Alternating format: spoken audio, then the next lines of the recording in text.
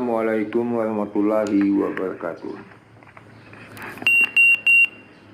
Pinjaman online atau lebih dikenal sehari-hari disebut pinjol, akhir-akhir ini menjadi buah bibir media massa. Lantaran banyak nasabah terbelit hutang dan ada yang sampai berujung maut.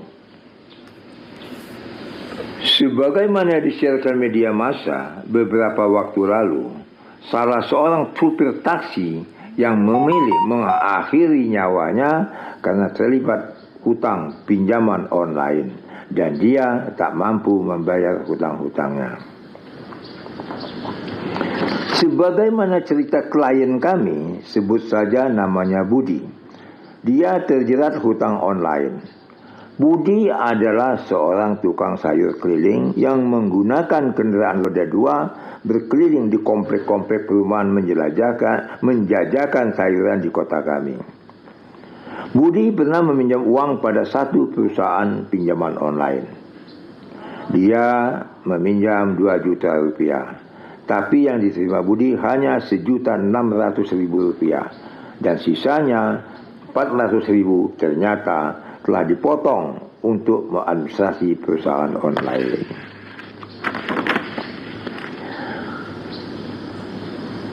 Karena waktu itu Budi kesulitan uang, maka Budi terlambat membayar. Namun setelah sekitar 45 hari kemudian, yang semula hutang Budi 1.600.000 rupiah sudah bertambah dan hampir menjadi 10 juta termasuk bunga-bunganya.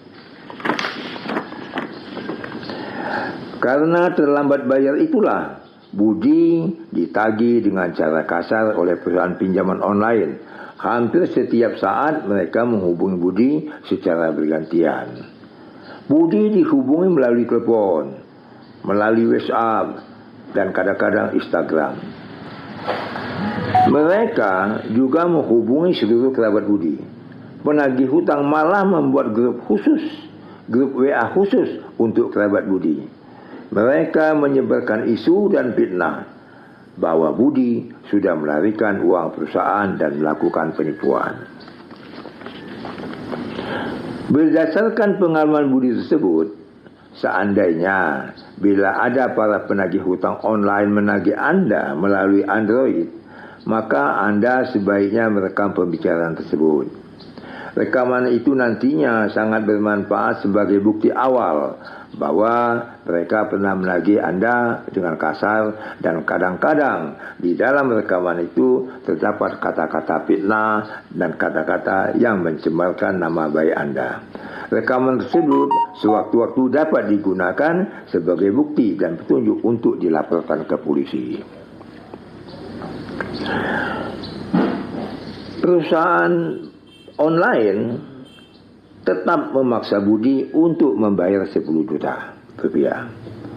Sementara Budi menolak. Dia hanya mau membayar 2 juta rupiah sesuai dengan uang yang dipinjamnya. Karena tidak ada penyelesaian, akhirnya Budi melaporkan kasus pinjaman online-nya ke polisi dengan membawa bukti-bukti rekaman pembicaraan dengan penagih hutang tersebut yang menagih hutang dengan cara kasar dan kelewat batas. Dan memang pinjaman online bukan ranah hukum pidana, tetapi ranah hukum perdata. Artinya bukan wewenang polisi. Tetapi polisi tetap dapat menindak mereka apabila cara penagihan mereka yang kasar, pencemaran nama baik, atau melanggar undang-undang IT. Apabila ada kasus seperti itu, maka Anda laporkan saja kasusnya ke polisi. Dan nanti polisi akan menjerat mereka bukan menggunakan pasal-pasal utang piutang. Nanti dijerat polisi adalah pidananya. Seperti pasal-pasal pencemaran nama baik, pelanggaran IT, pornografi, dan pidana lainnya. Dan sebagai informasi, beberapa di antara mereka, di antara penyelenggara perusahaan atau pinjol ini, sudah ada yang ditahan polisi, yang dijerat dengan undang-undang pornografi dan pencemaran nama baik. Karena pinjaman online ini adalah perjanjian dan masuk wilayah hukum perdata, maka apabila Anda enggak mampu bayar, maka Anda tidak akan penjara. Ulangi, apabila Anda enggak mampu bayar, maka Anda tidak akan dipenjara. Biarkan mereka menggugat Anda di pengadilan. Dan saya yakin dalam kasus pinjaman online ini, karena bunganya terlalu tinggi, maka majelis hakim akan memenangkan Anda di pengadilan. Namun saya tidak menganjurkan Anda untuk tidak membayar pinjaman online. Mudah-mudahan postingan ini dapat bermanfaat bagi kita semua. Wassalamualaikum warahmatullahi wabarakatuh.